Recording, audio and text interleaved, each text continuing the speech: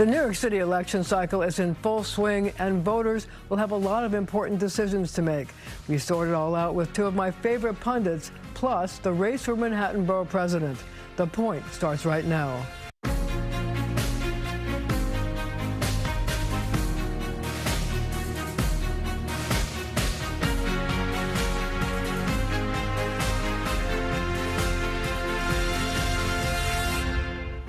City Councilman Keith Powers wants to be the next Manhattan Borough President. So the first question out of the box is this: how would you put your stamp on that office? Thank you for that, and thank you for having me. I do want to be borough president for Manhattan. It's the place I grew up, the place I lived my whole life, and a place I've been fighting for the last 8 years.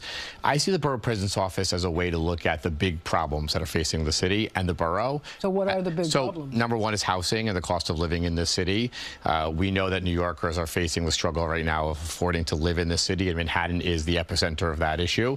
So I've been working on strategies in the city council to build more housing and to add the housing that we need right now. The City of Yes. City of Yes, Midtown South, we're doing a big rezoning right now to do office conversions, the first of its kind. And I've been a proud supporter to come out and say, let's do that, let's move that forward. But let me just, I don't mean to interrupt you, but you know, it seems that office conversions are a difficult thing because of all the different rules that come down from the state. Are you going to be able to cut some of the red tape so that you can move this forward? Because we all know there are a lot of empty office buildings in New York for a lot of reasons. That's exactly what we're going to do. We're going to cut the red tape. We're going to say yes to building more housing in a place like Midtown, which is a great place for opportunity in housing. And we're going to get a new project moving forward that will make sure that that area can be 24/7.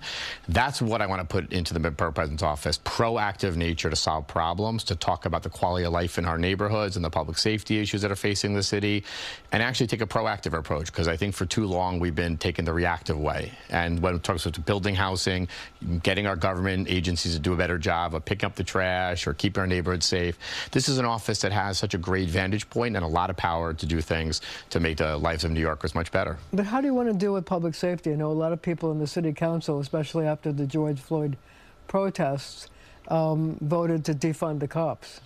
Yeah, and I don't agree with that. In fact, I think that we actually right now are seeing a lot of our police precincts need more staffing and more resources. It's a crisis. It's a crisis. Look, we have two parts of this equation. At the city level, we need to be making sure our precincts have the resources they need. I've been deploying foot patrols with the precincts in my district to places that are the hot spots. I think that's a good strategy. Get officers on the ground. We need steady leadership at the NYPD. I've recently said I think Jessica Tisch should continue to be our commissioner. I think she's doing a great job. And to have a proactive way to deploy the resources that we have. Now, the second part of that equation is in Albany, and making sure that this year in Albany, they actually take the approach to put public safety back into our neighborhoods.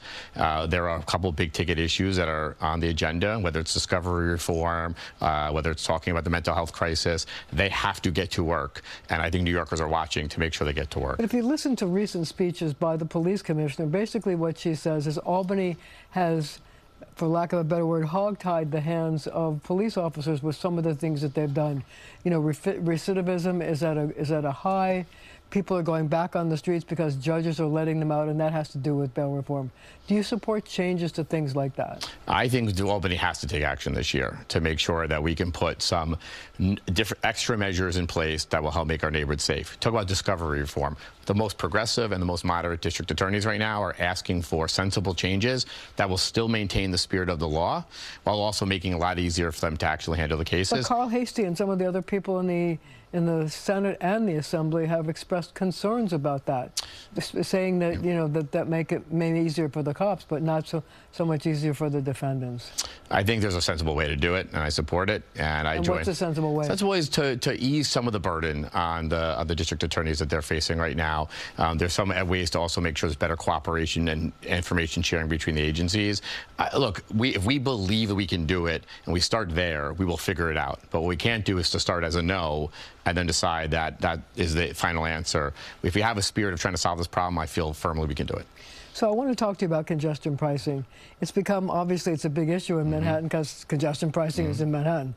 So the initial reports are that traffic has been reduced and there's more pedestrian traffic, et cetera. Your take on it, but I think that there are some people, especially in Upper Manhattan, who are concerned about people who are parking in Upper Manhattan and coming into the congestion zone by public transportation. So I wondered, how do you feel about, residential parking permits and the idea that people who live in those areas should have first dibs at parking? Sure. Well, I'll talk about both. Number one is I think there is evidence that there was subway ridership was going up, traffic was going down, and there were some successes in there. And of course, there's always sensible changes we should be able to make to any single plan as it moves forward to make sure it meets the needs of people in the city that will occasionally need to rely on a vehicle. And I think there's ways as we move forward to do that.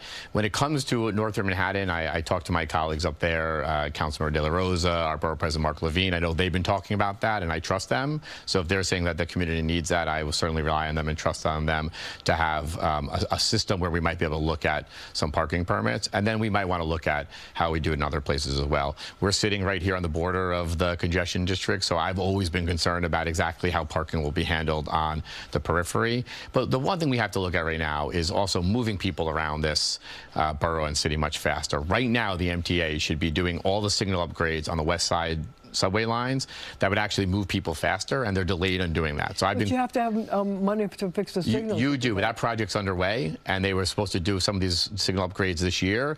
We should be calling all of us on them to upgrade that. We also could move buses faster. We could do more dedicated rapid bus transit in this city, in this borough. I've called on places in the borough to do it. We should be, as subway ridership goes up, leaning in on offering faster and more reliable public transportation. How do you feel about free bus service? I don't know if I support free bus service across the city. There might be instances like going to the airports or other places we might want to look for it. There might be certain lines we want to pilot, so I'd certainly be open to that. But what I want to make sure is it's fast and it's reliable. One of the things that I find concerning as I drive around Manhattan is the large number of storefronts that are empty. I mean, sometimes there's, store after store after store in certain neighborhoods that are empty. If you were borough president, how would you deal with that? Sure. My dad was a small business owner, and I know deeply what it looks like to be a family that relies on that small business being successful. And certainly the landscape has changed over the years with retail and other things taking over. With so many people relying on internet purchases, how do you fill those storefronts? Well, number one is we need to get foot traffic at all times. Public safety is always part of this equation. Transportation is always part of this equation. We need foot traffic in our corridors so people are actually shopping at those businesses, and to be encouraging people to be there. That's always part of the equation, is making sure people are walking through our neighborhoods and feel safe and comfortable with doing that. Getting them around town much easier is certainly part of that. And we're going to have to look at innovative strategies. We might have to use our land use and zoning tools inside the borough president's office when we're doing new development to look for making sure we have ground floor and other retail that is small business. How do you convince people that they can move into the ground floor and make a go of it, since so many people since COVID have come to rely on internet purchases?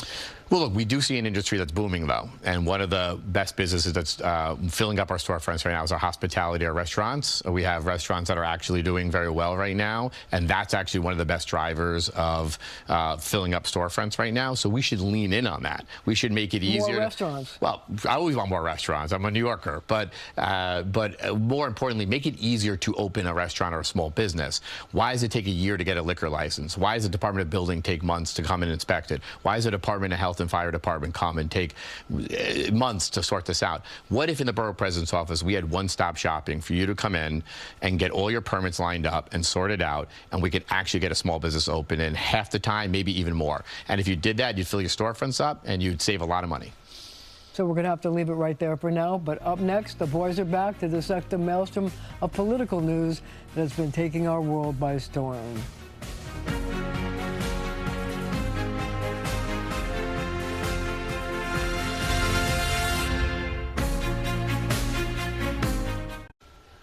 I'm joined now by JC and Obi, political analyst JC Polanco, who's assistant professor at the University of Mount St. Vincent, and political consultant O'Brien Murray. Obi, JC, just so everybody knows who everybody is. Alphabet soup. So let's start by talking about the mayor's race. Andrew Cuomo running for mayor. Good idea, bad idea? How's it going to play out? It's his nomination to lose from the polls, right? He's leading everyone else by double digits. So I think it's a win-win for him. He gets to throw his hat back in the ring, try to come back into public service, have an opportunity to wash his hands of any dirt from prior years ago, and it may give him the restart that he so desperately needs in political life. He's got almost a 2-to-1 lead in the polling as of now. More polling coming out next week, I fully expect. It's going to be an amazing race to see if anybody can catch up with him. He's got the name ID, but anybody who wants to come after him on a negative basis is going to be spending money against the next mayor of New York, and there's not a lot of money on that right now. But see, here's the question. We know, and he obviously knows, that there are people who are not happy with him. People in the nursing home who lost loved ones who died in nursing homes during COVID, and the women who were involved in the charges of sexual harassment. He's obviously got a strategy for dealing with it, but how much damage can these people do to him and to his campaign? They can do some very significant damage, but you can't beat somebody with nobody. And what are the issues in this race going to be? He's going to run on being a governor that knows what New York City needs and how to work with Albany. That is unprecedented. In the past, you've always had the mayor's staff and the governor's staff. Wait a second. Working with Albany. Let's parse that out a little bit, because he has to work with Kathy Hochul. For 1 year, then she's out. Well, we don't know that. She's gone. She's running for re-election. She is so inept today as governor. It is amazing. Well, you know, he's going to have to answer those questions, right? There's a campaign. He's going to have to answer the questions on COVID-19, the retirement homes. He's going to have to answer on the sexual harassment claims. I'm sure his team is prepared to do it. But I got to tell you something. President Trump has rewritten the political book. What once would absolutely destroy someone's candidacy before they announced is no longer going to destroy your candidacy. I think a lot of New Yorkers have become desensitized to negative campaigning, and they may give him the shot to explain himself. Because remember, you do have a guy in the White House sitting right there who has more skeletons in his closet than people in the cemetery up in the Bronx. Let's look at the reality. So that's the reality. But the word I would use is expectations. People know what to expect from Andrew Cuomo. All these issues you're talking about are extremely important and very sad for everyone that went through them. But they are very small on the radar of the voters. What the voters know is day in and day out during COVID, there was one person on TV in New York that everybody watched from home every morning. It was The Apprentice on steroids. Right. And that's what Andrew Cuomo has. And they had them in they had Andrew Cuomo in their house every day during COVID when they were stuck. He was their lifeline to what was going on in the state, into the city, and that's what they're going to vote for. Marsha, he has universal name ID. That's for sure. And another thing, look, he's a centrist, so he shares a lot of the same voters than the current mayor currently has. We know that. Is that a plus or a minus? That's a plus, especially with ranked choice voting. But get a load of this. Progressives in New York City. He was the governor that signed the law that made marriage equality a reality in New York. He gave the progressives everything that they wanted. No. But I'm talking about progressives who want to attack him. He'll be able to look at them and go, you want to look at every single criminal justice piece that you wanted? I signed those. You want to talk about marriage equality? I signed that. So progressives have their candidate. At the end of the day, they can't attack him on the issues, and he'll have the centrist voters. He gave them bail reform. He gave them congestion pricing. He gave them same-sex marriage. People are not going to be happy about congestion. And by the way, he changed his position on congestion. By the way, and who's not going to be happy on them? Who's not going to be happy? Some people don't like congestion pricing. You may remember that. But no, I disagree with that. I've sat here and said it shouldn't be there. But the progressives in a Democratic primary are going to care that he gave it to them. Even though he's against it today, he was for it before. The messages in this race are going to be straightforward. They have 3 messages to give: a cleaner city, a safer city, and a city that gets back in its finances. I want to tell you something. So the other day, I had a conversation with Gail Brewer, former Manhattan borough president, now a city councilwoman. She was a city councilman before that. She's been a long history in politics on the Upper West Side. And she said to me, you know what's really amazing? I live on the Upper West Side, which is the bastion of progressive politics in New York City. And she said everybody on the Upper West Side wants Cuomo to be the mayor because they think he can fix things. Right, that's a projection he gives off. He gives off the guy, I'm from the outer boroughs, I go toe-to-toe with the president, I'm your guy. But that's the thing, will he go toe-to-toe with I think he can absolutely. We've seen him go toe-to-toe before with President Trump. We've seen, this is not new. We've seen him. And I think New Yorkers want to see that, and so do the Democrats. They want to have a tough guy go up against the president. You're lacking that throughout New York. What this Democratic Party needs, though, and the question is what Andrew Cuomo can do in a primary versus as mayor, we need need someone to work with Washington. Joe Biden did nothing for this city when Eric Adams went there and asked for it and begged for it, and he turned us back. And I sat here on this set, and I said immigration was going to be a problem. 2 years ago, I said the ad I would run is, look what Joe Biden did to New York. He'll do the same thing to you out where you are across the country. That is going to be the question. What mayor, to be successful after this election, is going to work with Washington, and it happens to be Donald Trump as president? You want to fight him, you fight him, and you're not getting anything we're not talking back. about fighting for the sake of fighting. We're talking about standing up to him when you need to stand up to him. And the truth is that that's one of the issues that the current mayor has. But see, the current mayor can't do that, Marsha. The Democrats, as to this point, I think, haven't figured out a way to deal with Donald Trump. And they won't. They won't, because they can't read the room. But can Andrew Cuomo figure out what the secret sauce is for dealing with him when he has to deal with him and fighting him when he has to? He's done that before. He did that before. That's what's important. But that's not the guy we need for New York. No, when he needs to fight, Obi. JC, we need the person that's going to achieve things for New York, not just pick fights. Of course not. Pick the fights you can win and not go after them just for tit for tat. Right now, the Democratic Party has no national leader. They have no national voice or message. Orange man bad is not the message. And what they're doing right now is they cannot fight against these spending cuts. The previous president, under the Democratic leadership, had 0 cuts. So let me ask you this question. Should Andrew Cuomo become the mayor of the city of New York, would he become, by default, the spokesperson for the Democratic Party nationally? I think so, Marsha. And become a national figure, just because it seems like there's not a lot of opposing Trump coming out of Washington from the Democrats in Washington these days. By default, he will become the leader of the party nationally. There's no question. I think Hakeem Jeffries continues to be the leader of the party nationally, but I think with a Mayor Cuomo as leading the city, he by default becomes a leading figure. I agree with that. I think he has the opportunity to. I think he's better off giving it to Jeffries and let Representative Jeffries become the next majority leader for New York, because Chuck Schumer is not going to be anywhere near leader for at least 4 years at this point. Andrew Cuomo can have that with the pulpit he has in New York, but he's better off not fighting Washington. He's better off fighting for New York. That's going to be the question. And I wonder, Marsha, you know, we're talking about Cuomo. There's a lot of other candidates running. What happens after he announces? That's the next question. So Adrian Adams, the council speaker, is preparing to get into the race. How does that change the calculus of the campaign? Well, it could. If the black Democrats in New York City coalesce behind the speaker and mobilize for her and provide her with the infrastructure that you need in order to win a primary, this gets very interesting, because remember, Speaker Adams and former Governor Cuomo share a lot of the same base. Yes, so does she take away from him and prevent him from winning? She absolutely can take some away from her. And I think it's important to note that 3/4 of all Democrats that support Adams would support Cuomo in the ranked choice. So it's very similar in situation. And therefore, with Speaker Adams getting the race, oh, oops, wrong name. The voters will have a tough time differentiating between Adams and Adams. I'm telling you right now. So does she take votes away from Andrew Cuomo? No. Really? Nope. I don't see how she doesn't. I mean, she's going to be a formidable candidate if she announces. I know it's tough with just a little bit of time left, but she's the Speaker of the City Council. She'll have a lot of support. We've seen Attorney General James come out of support. She's going to have a lot of support across the city. To just immediately say she has no shot, I think that's crazy. I do not see a way where she has a path to victory whatsoever in this.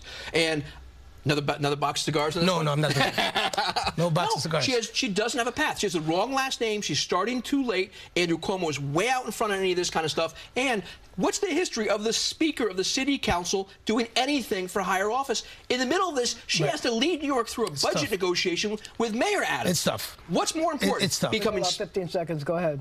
I think it's very tough for the Speaker to have a shot at winning, but she will be a formidable candidate for me. Okay, we're going to have to leave it right there for now. But our conversations continue right after the show on our streaming channel, CBS News New York, and it'll be real interesting.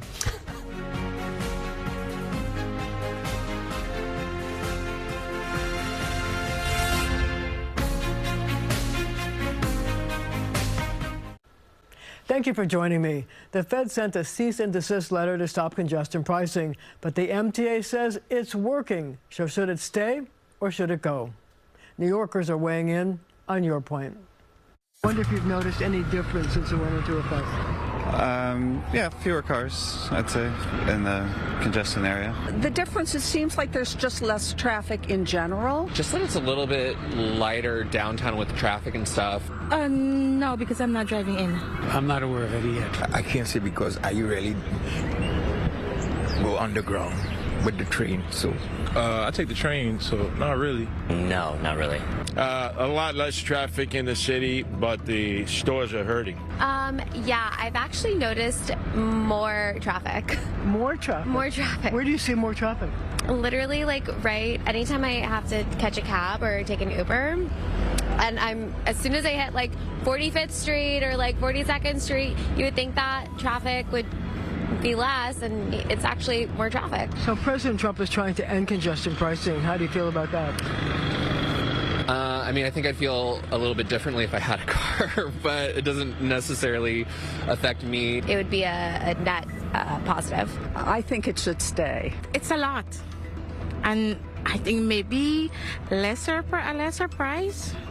Not sure. I think he ought to give it a chance and stand out of the way. He's a ridiculous man with a ridiculous agenda. Has no business having his fingerprints on New York. Go start my dinner, please.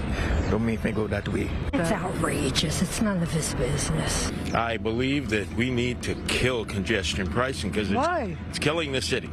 It's killing the city. How could you have economic revival? But you're a subway guy. I know I'm a subway guy, but Don't remember, you want to see money for the subways? I know, but we got to make the subway safe first, and it's not safe. What do you think would happen if they end congestion pricing?